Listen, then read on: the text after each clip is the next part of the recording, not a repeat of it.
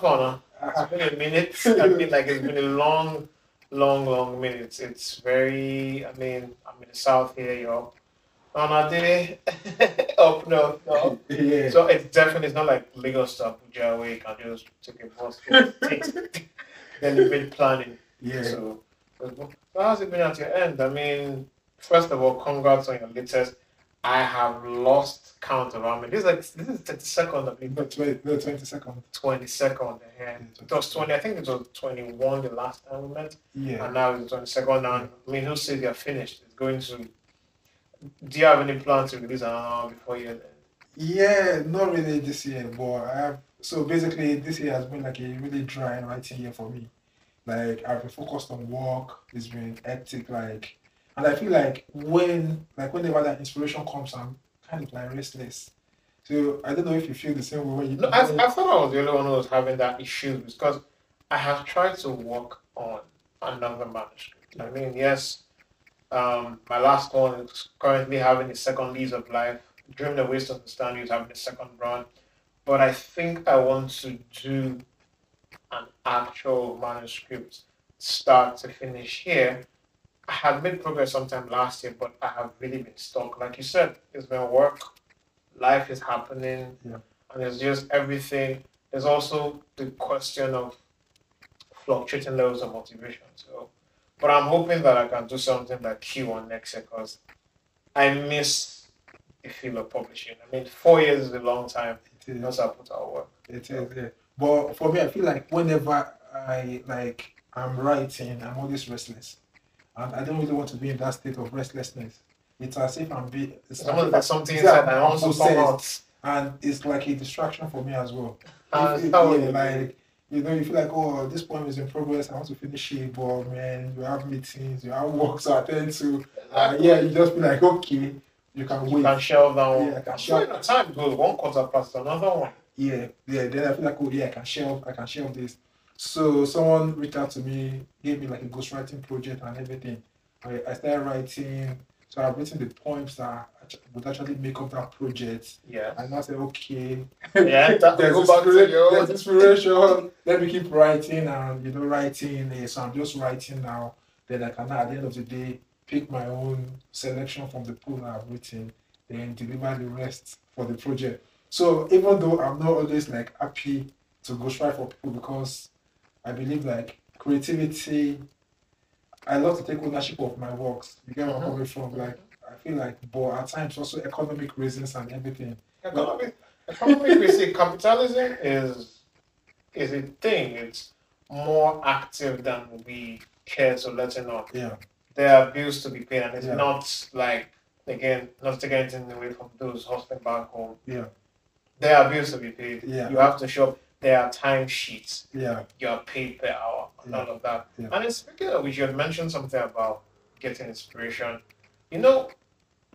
When we were back in Nigeria, a lot of us had this idea that, when I move abroad, I'm going to have time to write. Yeah. And then you actually move abroad and you realize, okay, there is such a thing. So, I think you're the best person to answer this question. You are one Nigerian writer that has the wildest work rate. There's evidence on that table. Yeah. I think you're probably second only to Onyekawa, about 30-something books. So how do you even carve out that time? How do you probably, I think there was a particular point, if I'm going to run averages, it's an average of 2 books in a year. Yeah. Or let's say at least 1 book every year. Yeah. How are you able to smash that? I mean, I've been engaging with your work since at least 2017. Yeah. So, how this year, obviously, we have admitted and conceded that, yes, capitalism is choking us. But how are you able to run it so far? I have 2 electronic projects and 1 project in print, which, like I said, thankfully is doing fine. But to churn out the next one has been a Herculean task. I can't get to complete my first draft. How do you go about it? Yeah, I know, I want to sound like a broken record, but I always say, you always find time for whatever is important to you. So I know, okay, COVID, I think the really good run started from COVID. I was able to, I think that year I published around 5 books thereabout. 5 in the space of a year. Yeah, so I think that was the best run. I think I had like 5 books in a year. So, but I feel like we always find time for whatever you feel is important to you. We feel like our body needs to eat. We went downstairs, we had like a good dinner. Yeah, because we need to put something. You get where I'm coming from? Yes. Yeah, so if something really feels like, I know, yeah, life comes at us fast, the work commitments, we are running to catch our trains, to get to log on in the morning to get the job done. Yeah, so, and I know like this year has been really quiet for me as well. But I feel like if you feel like I want to deliver something, if it's so important to you, like to the extent like I want to do this, I want to deliver a book this year, then for me, I even said to myself like, even when I don't have a good run, let me just do like at least 1 book a year. So I'm like on that footing now to deliver a book At least one. At least 1 book a year. So the good old days, 5 books a year, 3, 4, and all of that. But now even if it's one, I'll manage it. So He will manage one. One as in, we're talking about people who struggle to put out work in. Like some people take 3, 4. Again, different levels of work rate and all of that. And like you said, it's important to. It's almost making me look back. It's almost like it now makes it sound like I don't have time. I'm not validating. But. I know. Different scenarios, different situations, and I feel like now I'm a bit like, in terms of patience, I'm much more patient with myself. I don't feel like, oh, there's the urge to like release the work as well. There was a time I feel like, oh, let me just pull out work, but now I feel like I'm much more patient with myself. Even the points I've written, I keep going over it like over and over again just to be sure like, am I really happy with it? Although I feel like now there's actually no finished piece of writing. Like if you were to write this book again, like dream me of misunderstand you would, maybe some stories will go in a different direction. Yeah, some stories. You would definitely. you would like take a different In approach. hindsight, with some reviews I've read, thankfully most of them were positive, but I've also had the time to sit back and look at some of the stories. And if I had the chance again, I'd have taken a different approach. I would have maybe there are some stories that, in hindsight, need more editing. So I understand you when you say you have learned to be more patient with your work. And you're right when you say there's no real perfect work. Because to be honest, you can sit on something for 5 years and you bring it out. But if it's at this point, it has to be you feeling right about the project. Because if you wait for the perfect manuscript, nothing is really going to happen. There's nothing like perfection. Like you wouldn't get to that perfect state. So even I had like a poem published in an anthology earlier this year. Oh, nice. And I was even like, I still picked up that poem and I was editing it again, even though. So that goes to show that when you look at it through a fresh eyes, you feel like, okay, it could go this way, it could go a different way. I understand that. It kind of, in a way, it unfolds like music as well. Like, a recording artist goes into the studio and he listens the first time, he might like it, but then he comes back again and doesn't like it much and he wants to tweak. He tells the producer to touch this and touch that and touch that. And then speaking of that pressure to put work out, you talk about impatience.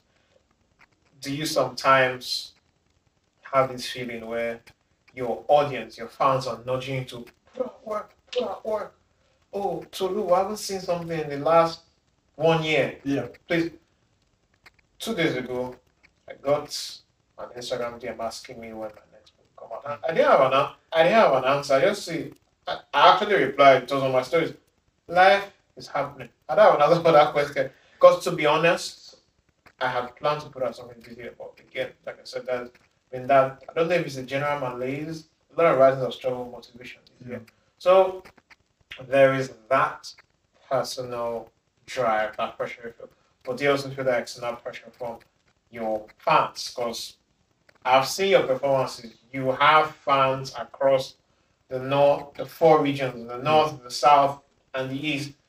Do you sometimes have people creeping out and saying, "Oh, Tolu, when is the next book? I've not seen any new projects. I've read this book and this book. I want to see something fresh."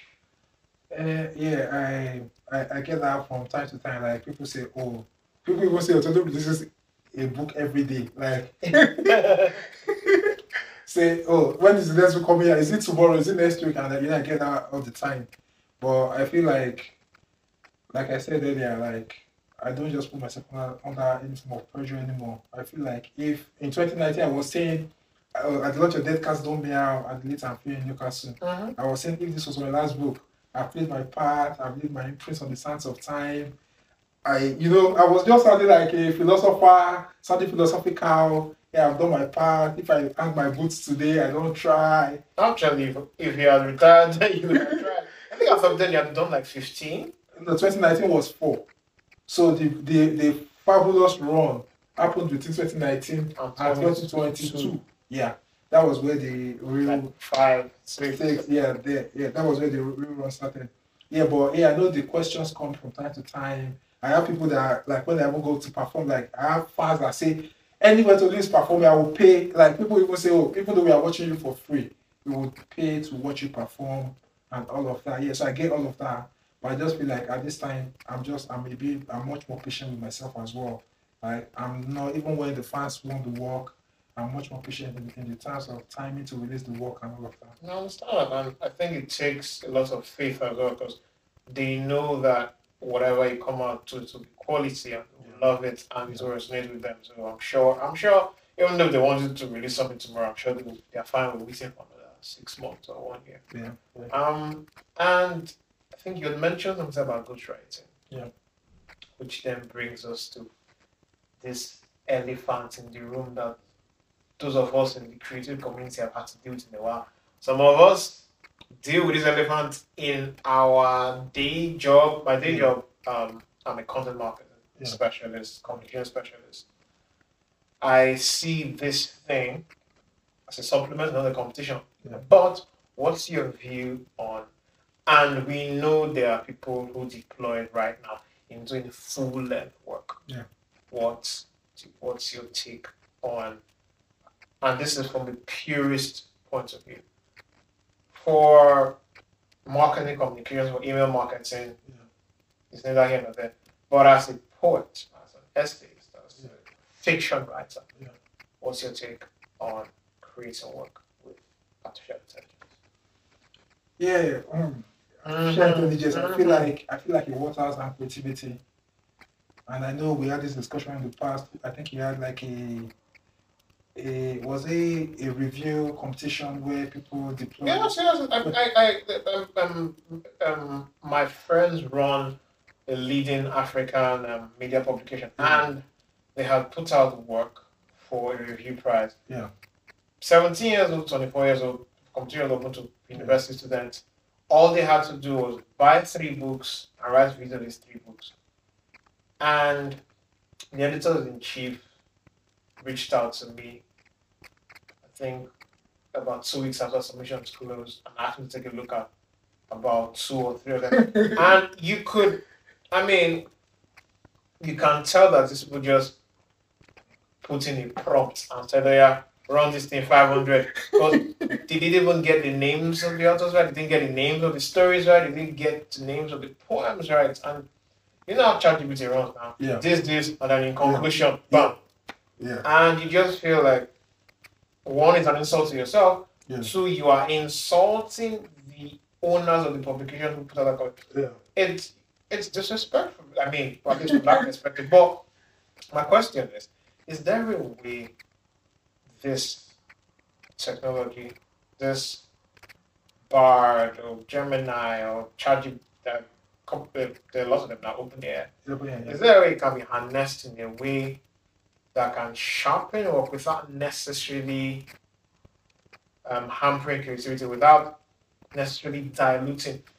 Is there a way we can run with it that is not a competitor to the creative process? Can we liken it to polishing a shoe or using floss on teeth? So I would say in the context of possibly editing, it could be a viable tool in terms of like, okay, you've written work, maybe not for a book or stuff, maybe just a piece of writing to finance it. It could come, most of these editing tools, the Grammarlys of this world, the Grammarlys. I mean, it doesn't edit in context. Sometimes it works, and sometimes you write something and normally writes the wrong thing. Yeah, And you have to then. Yeah, you have to change it back. Even same with pro-writing it, but I feel like in the context of editing, I think it works a bit. But I would say, like, from my own perspective, I feel like it's a disservice to creativity. I know there are a lot of writers now who are jumping on the the bandwagon, just trying to like, oh, it's a new technology. Let me get into the meat of the matter. And people like us could be deemed as, old school. Absolutely. Who do not want to like embrace the new way of thinking, the new tech. But I've even seen, there are friends that were like, AI wrote their series for them. And for the kind of work I do, and where report writing is prevalent, if someone cannot write a CV or write a message to a recruiter for a work role, that means even to do the job, you have to depend on AI, and you'll be found out when you're supposed to deliver high level reporting. There's no way you will not be found out. So I feel like it's a disservice to the real creatives, especially even where some of those platforms want.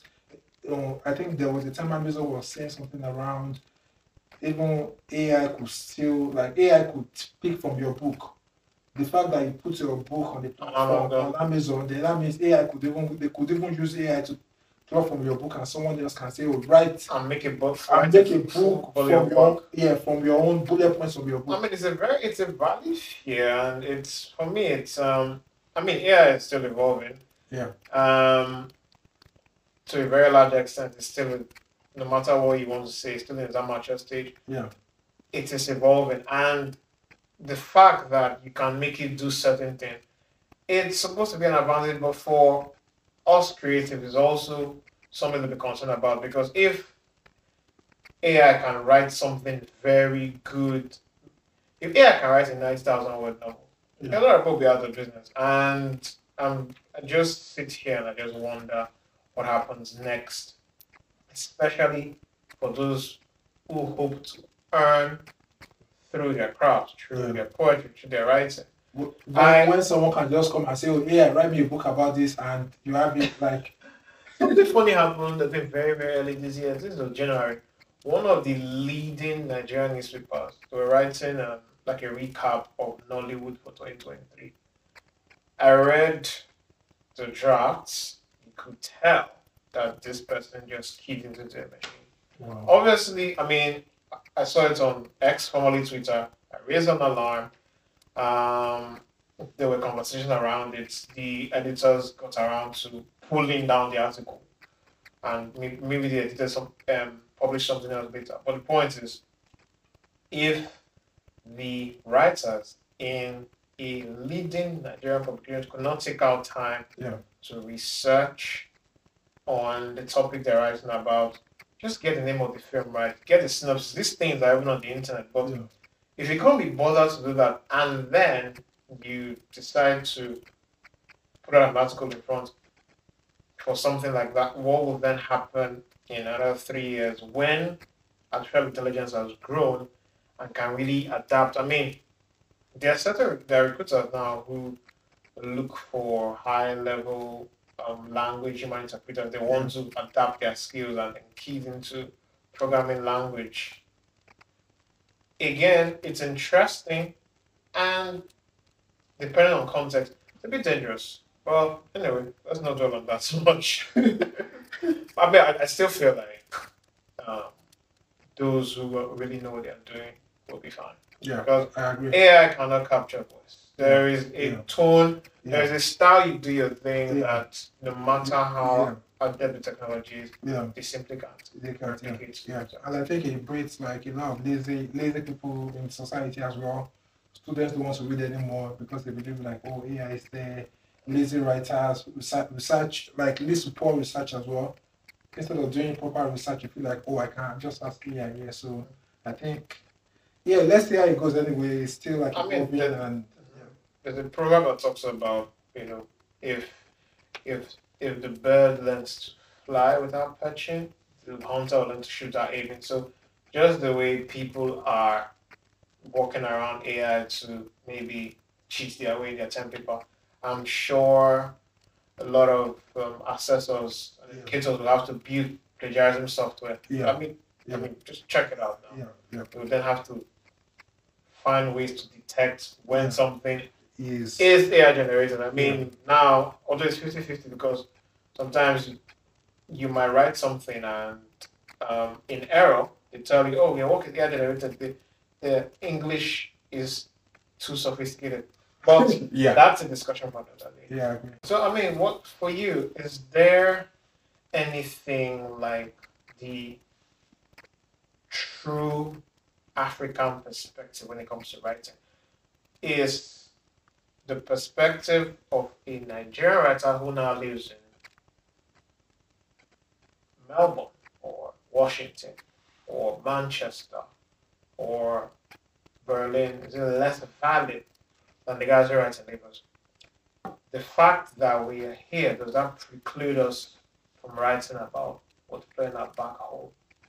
Is there a true and unique Nigerian writing? I've seen some, like I said, some of these arguments are subtle. Yeah. So what makes it different? You are the Lion of Newcastle now.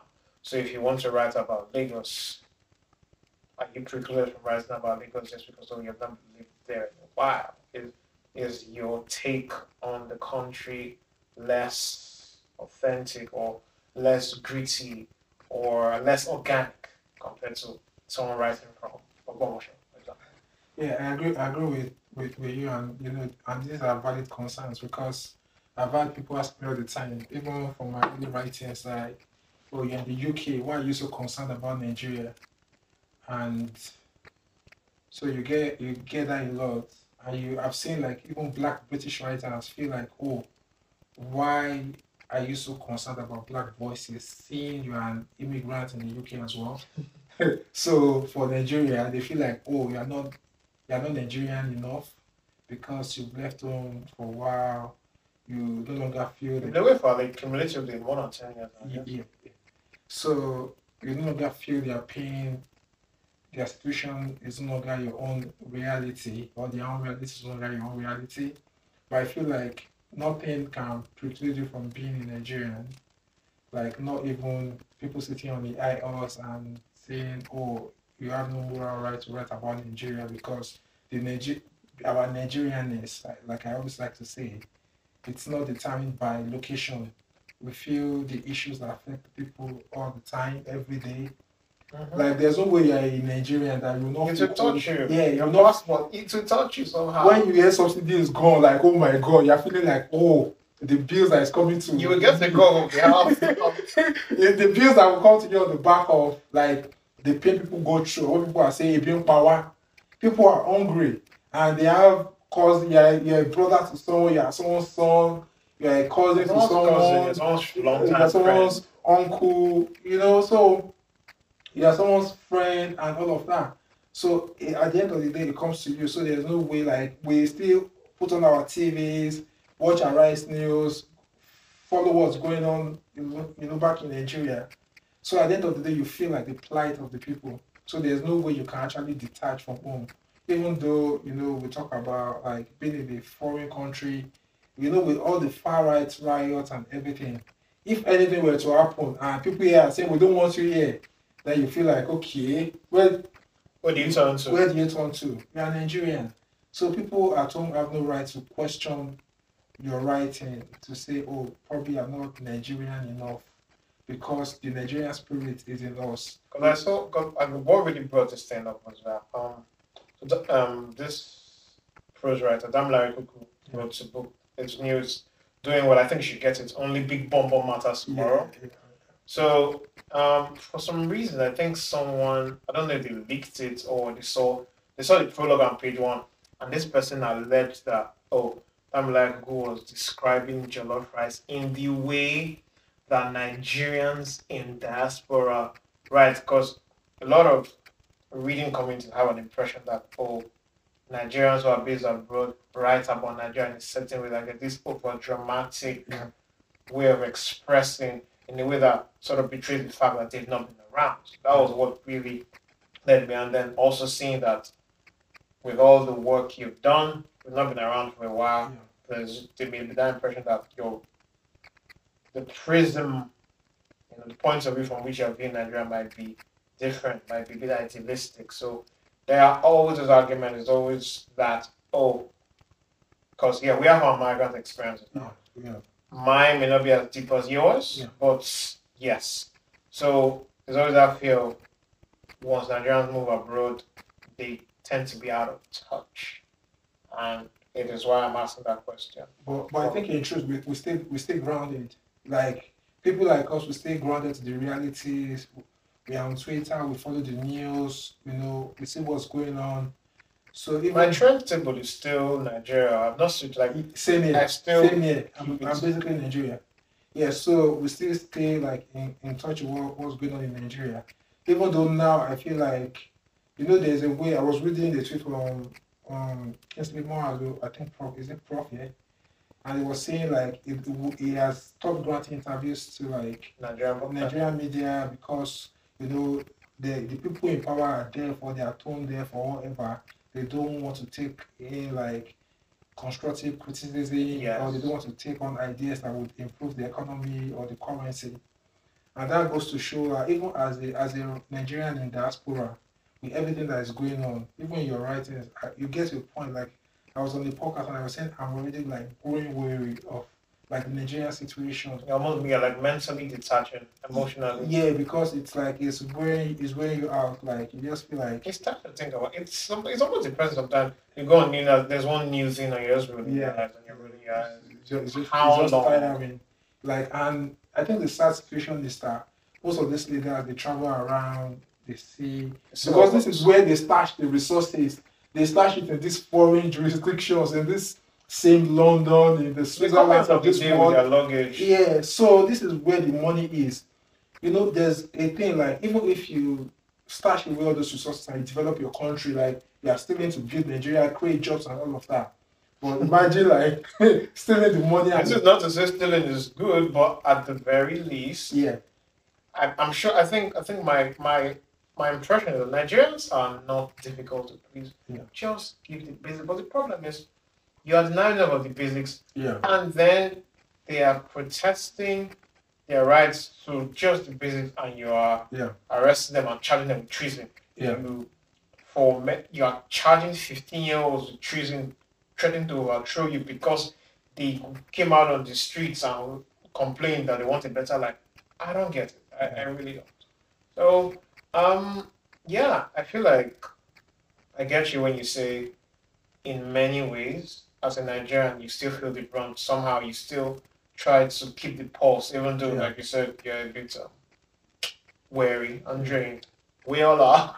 I don't sometimes, especially where reading the news from online dailies can be depressing at times. And then speaking of Nigeria, last year I was at the Africa Rice Festival in London in October.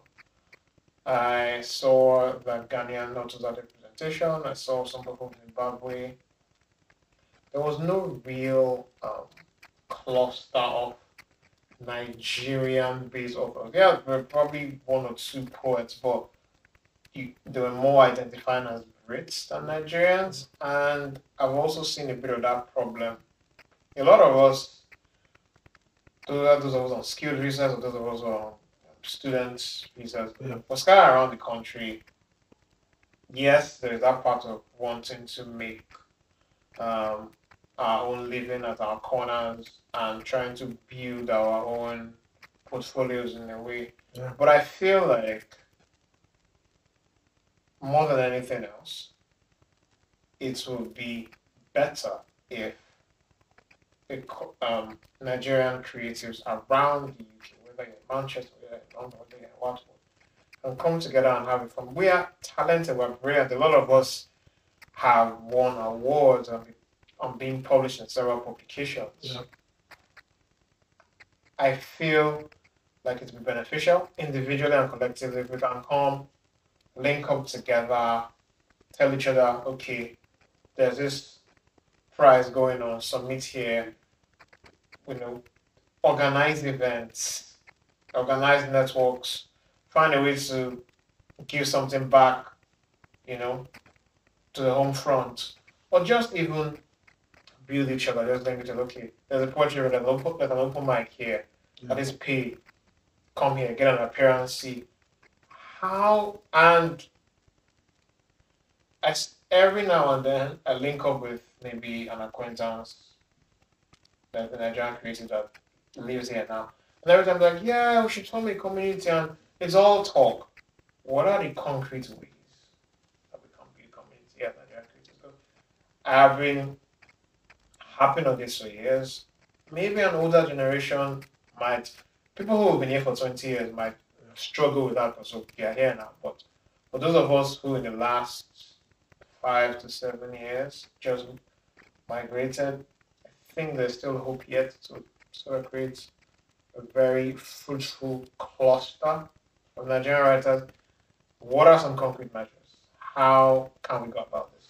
Yeah, I think I will speak from my own experience. Based down in the Northeast, I've mentored writers, even just by way of introducing them into the community, giving them opportunities through my own platforms. So I feel like in our little spaces, in our little corner, what can we do? I do events. I know you've been on maybe once Lion and Lilac do like Yeah. events. We invite writers, and I always ensure that we have representation from the Nigerian community as well. If there are media, even the big media opportunities are put like Nigerians on the BBC. So I feel like it's very like I don't want to be like it's been like a philosophy of mine. I don't always want to be the biggest like oh this In the guy is room. yeah, I don't want to be the biggest in the room like whilst I was even there like on the global talent visa, people that were close to me I knew that they were real talents that could add value to the UK cultural space. Mm-hmm. My main intention was to let them get here as well. So because what's the point like you just being the biggest in the room when if we all are being in the room, we could sit down together and put together a festival. Yeah, I mean, you get what I'm that's a coming lot from? of nice. I mean, so your credit, you have done a great job in sort of just mentoring younger writers and trying to provide information about the global talent visa and other opportunities. It's just I wish it's something that could be replicated on a grander scale. Like I said, nothing stops us from having a Nigerian literary festival. There are a lot of us scattered around Watford. I don't want to start mounting up names, but if you said you wanted to do a roll call of 20 writers in the South, a lot of people show up. So it's just, I think we need to be deliberate about really forming that. Because it's, I mean, we're already here. We are categorized as black writers. Now we have the people who are here already, and then we're trying to just like I said, we're trying to build our own portfolio. We're trying to make a huge impression on the scene, even though it's like a splash in the ocean. But then I think what will help as well, especially by way of opportunities for us coming together, because a lot of people won't know about things. Yeah, I agree. Even the global talent visa I speak of, there were people who did not know about it until I told them. Yeah, sure. Sometimes you don't know who doesn't know stuff. Yeah. That's why knowledge is power. Like there are so many. Even like when you come into the UK, talk to people who are already on ground, who can share information with you. So that what you should take you like 2 years to achieve, you won't spend like 10 years trying to achieve it because of lack or lack of access to information. Yeah. So I agree with you anyway. So, but I feel like it's very important, like in those spaces where we have that influence, what can we do for our fellow Nigerian? Even like in the past, I've done events in London, and I've had plans to even like do events in London, invite other Nigerian writers. But now being based in the north, the logistics. Yeah, logistics can be very yeah, so a lot. To make it work, I would need like active partners in the south, all of that. Yeah, so but I feel like I believe so much in collaboration because I believe that with collaboration you can achieve a lot. And so, but personally, my own guiding philosophy is that whatever access you have, it's much more beneficial for you to like share within your networks, within your communities, and help others around you benefit as well. So that when everybody, because if others around you climb even to the same pedestal, even a higher pedestal than you, then they could be of much more benefit to you as well in the future. And even not to you, but to others, bring other people up. Because if you have the philosophy of, oh, if I help A can also help B, C, D, then B, C, D can help E, F, G, then it makes it much more easier. Well, that's very good. Thank you very much. This has been really, really, really helpful and revealing. And like I said, I mean, since you've been around longer, I feel like your voice will be key in hammering on this gospel, because it's one thing to meet at drinks and talk about, oh, we should link up, we should collab, but people need to make out 3 steps. Again, congratulations on becoming 23rd. I don't know when it will come, but yes, you have promised one. You have promised one a year now.